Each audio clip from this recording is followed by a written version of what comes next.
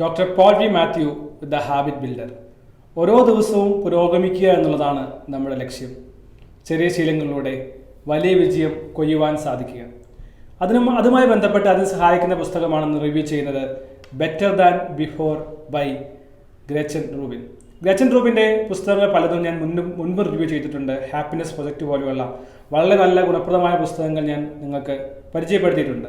അവർ പറയുന്നത് invisible architect of our daily life, അദർശനായ ഒരു ശില്പി അല്ലെങ്കിൽ നിർമ്മാതാവാണ് ഹാബിറ്റ് എന്ന് പറയുന്നത്.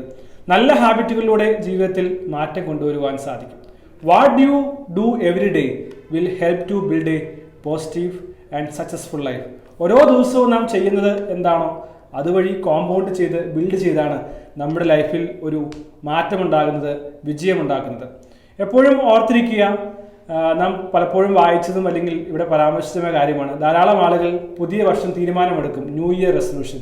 പക്ഷേ വെറും 8% ആളുകൾ മാത്രമേ ന്യൂ ഇയർ റെസൊല്യൂഷനിൽ ഉറച്ചു നിൽക്കുന്നു എന്നുള്ളതാണ് പഠനങ്ങൾ പറയുന്നത്. അപ്പോൾ ബാക്കി 92% ആളുകൾക്കും ചെയ്യാൻ സാധിക്കുന്നില്ല. എന്തുകൊണ്ടാണ്? ഒരു ദിവസം, 2 ദിവസം, 3 ദിവസം കഴിയുമ്പോൾ അവരത് മറന്നു പോവുകയാണ്. അവരുടെ മുന്നിൽ ആ വലിയ ലക്ഷ്യം മാത്രമേ ഉള്ളൂ. പക്ഷേ വലിയ ലക്ഷ്യത്തെ ചെറിയ ലക്ഷ്യമാക്കി ഡെയിലി പ്രാക്ടീസ് ചെയ്യുവാൻ അവർക്ക് സാധിക്കുന്നില്ല.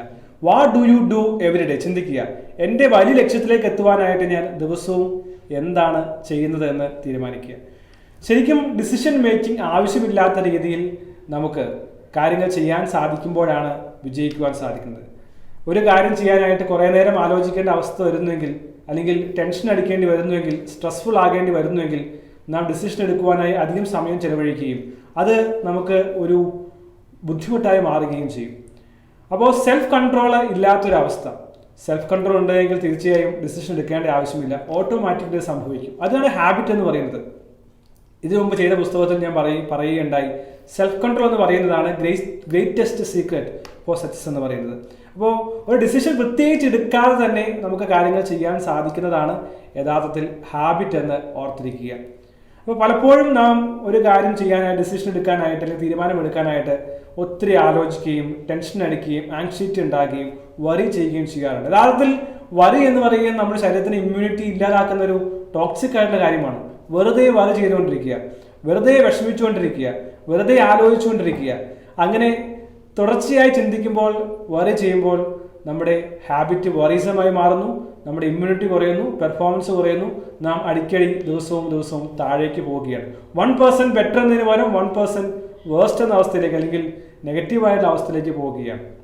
അപ്പോൾ ഡിസിഷൻ എടുക്കാതെ തന്നെ കാര്യങ്ങൾ ചെയ്യാൻ കഴിയുന്ന സെൽഫ് കൺട്രോൾ ഉണ്ടാകുക എന്നുള്ളതാണ് ഹാബിറ്റിലൂടെ ഉദ്ദേശിക്കുന്നത്. അപ്പോൾ ഈ പുസ്തകത്തിൽ ഒരുപക്ഷെ എന്നെ ഏറ്റവും അധികം സ്പർശിച്ച കാര്യം, എങ്ങനെ വറിനെസ് അല്ലെങ്കിൽ വറീസം ഇല്ലാതെ, ആശങ്കകളില്ലാതെ, ഉത്കണ്ഠകളില്ലാതെ, ഓവർ തിങ്കിങ് ഇല്ലാതെ നമുക്ക് ജീവിക്കുവാനും നല്ല ഹാബിറ്റ് ബിൽഡ് ചെയ്യുവാനും സാധിക്കുമെന്നുള്ളതാണ് പറയുന്നത്. അപ്പോൾ ഈ പുസ്തകത്തിലെ ഒരു ടോപ്പ് ആയിട്ടുള്ള ഒരു കോട്ട് വേണമെങ്കിൽ ഞാൻ നിങ്ങൾക്കൊന്ന് പറഞ്ഞു തരാം. V Zafar more in imagination than in reality. നാം ഇമാജിനേഷനിൽ ഒത്തിരി വറി ചെയ്യുകയാണ്. ശരിക്കും റിയാലിറ്റിയിൽ അങ്ങനെ ഒരു കാര്യം സംഭവിക്കാൻ പോകുന്നില്ല.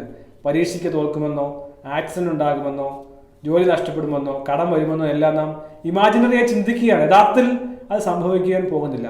So we Zafar more in imagination than in reality. അപ്പോൾ നാം ഇമാജിൻ ചെയ്തുകൊണ്ട് നാം എപ്പോഴും വറി ചെയ്യുകയാണ്. മാത്രമല്ല, ഈ വറി ഉള്ളതുകൊണ്ട് നമുക്ക് ഫിയർ ഉണ്ട്. ഇത് സംഭവിക്കുമോ എന്നുള്ള ഫിയർ ഉണ്ട്. അപ്പോൾ നമ്മുടെ ഡിസിഷൻസ് എല്ലാം എപ്പോഴും എടുക്കുന്നു on the basis of this fear, this worry, this imagination. അതുകൊണ്ടാണ് അധികം പ്രശ്നങ്ങൾ ഉണ്ടാകുന്നത്, തെറ്റായ തീരുമാനങ്ങൾ എടുക്കുന്നത്, തെറ്റായ രീതിയിലേക്ക് ജീവിതം പോകുന്നതെല്ലാം കാരണം ഈ ബാഡ് ഡിസിഷൻസ് ആണ്.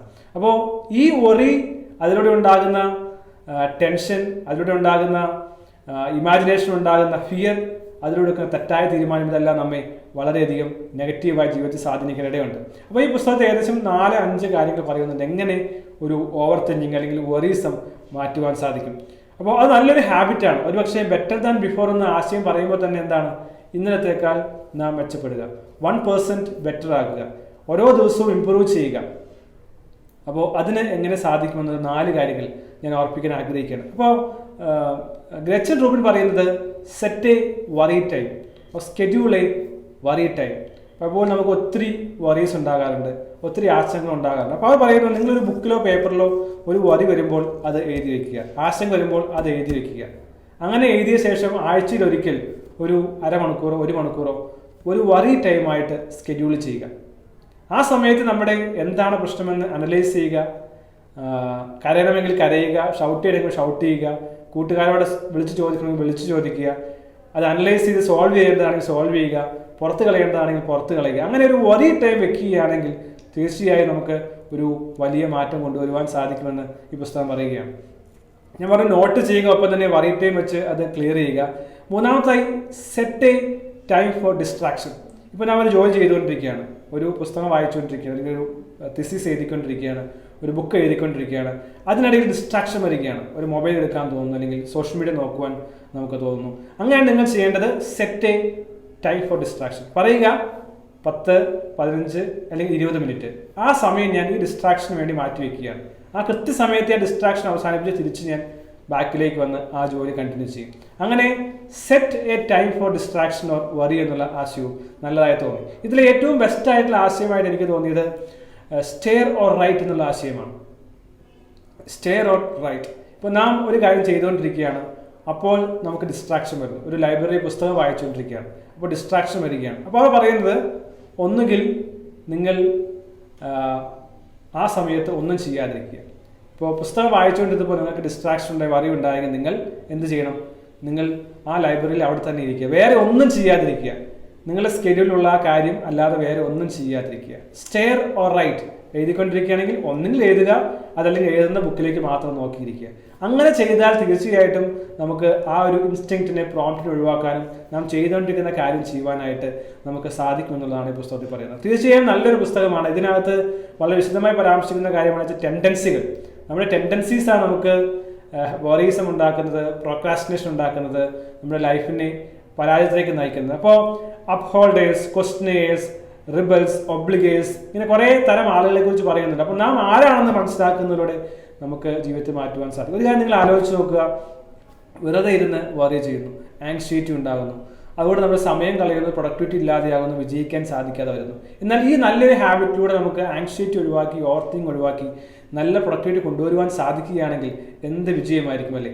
Better than before. എപ്പോഴും ചിന്തിക്കുക, ഞാൻ എന്ത് പ്രോഗ്രസ് ആണ് കൊണ്ടുവന്നത്, ഇന്നലത്തേക്കാൾ എന്ത് മാറ്റമാണ് എനിക്കുള്ളത്, 1% എനിക്ക് ബെറ്റർ ആക്കുവാൻ സാധിച്ചോ, അതെയോ എന്നും ഞാൻ പഴയ ഇന്നലത്തെ തളച്ചിടലിൽ തളച്ച് കിടക്കുകയാണോ, ദുഃഖിച്ചിരിക്കുകയാണോ, ആങ്സൈറ്റി ഇരിക്കുകയാണോ, പരാജയത്തിന് ഭീതിയിലിരിക്കുകയാണോ, ഭയത്തിലിരിക്കുകയാണോ? എന്നാൽ അതിൽ നിന്ന് എന്ത് മാറ്റമാണ് ഉണ്ടാകുന്നത്? തീർച്ചയായും വിജയം സുനിശ്ചിതമാണ്. ചെറിയ ശീലങ്ങളിലൂടെ വലിയ വിജയം കൈവരിക്കാൻ നിങ്ങൾക്ക് സാധിക്കും.